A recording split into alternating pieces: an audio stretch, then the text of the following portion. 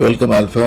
Greetings to you in the mighty and matchless name of my Lord and Savior Jesus Christ. Let's turn our Bibles to Psalm 39, verse 1.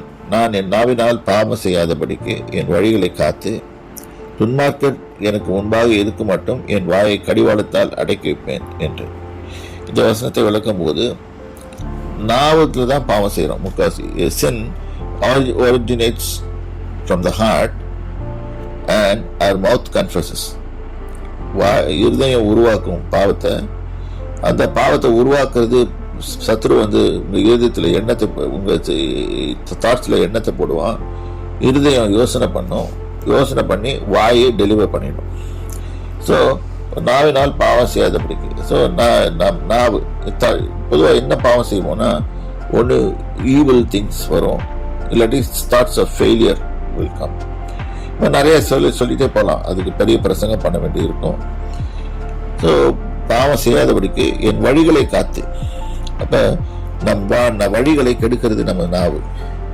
அப்போ நம்ம நாவை நிறைய பேர் நினச்சிக்குவாங்க, நான் பேசுகிறேன், என்னுடைய I'm throwing out my heart, I'm throwing my heart out. No, you are not throwing your heart out. You are throwing your entire being out from this thing. Bible says in a different way. So வழிகளை காத்து துன்மார்க்கன் எனக்கு முன்பாக இருக்க மாட்டோம். என்ன பிசாசம் இதை பார்த்துட்டே தான் இருப்பான். நீங்கள் தூண்டி விட்டுட்டு அவன் பார்த்துட்டு உட்காந்துருப்பான், எப்போதான் அவன் பேசுவான்னு. ஏன்னா பேசின பிறகுதான் it becomes a law and it will take action. He can take action. உடனே அதை வாயினால் கன்ஃபஸ் பண்ணோடனே it becomes law and he can take and he can attack you. So இது நல்லா புரிஞ்சுக்கோங்க. நிறைய பேர் என்கிட்ட வரும்போது நிறைய பேர் கம்ப்ளைண்ட் பண்ணுறவங்களாம் நான் சொல்லுவேன், கம்ப்ளைண்ட் பண்ணாதீங்கன்னு சொன்னாலும் கேட்க மாட்டாங்க. நான் கம்ப்ளைண்ட் பண்ணுவாங்க. ஏன்னா அவங்களுக்கு புரியாது.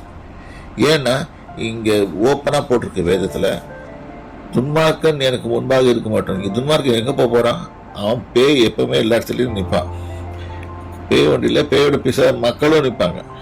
ஸோ பாவம் செய்யாதபடிக்கு என் வழிகளை காத்து துன்மார்க்கன் எனக்கு இருக்க மட்டும் என் வாயை கடிவாளத்தால் வாயை பூட்டு போட்டு தச்சுக்குவேன். ஸோ இதுதான் வசனம், இதுக்கு அர்த்தம். கர்த்தர் உங்களை ஆசீர்வதிப்பாராக. கர்த்தருடைய நாமத்துக்கு ஸ்தோத்திரம்.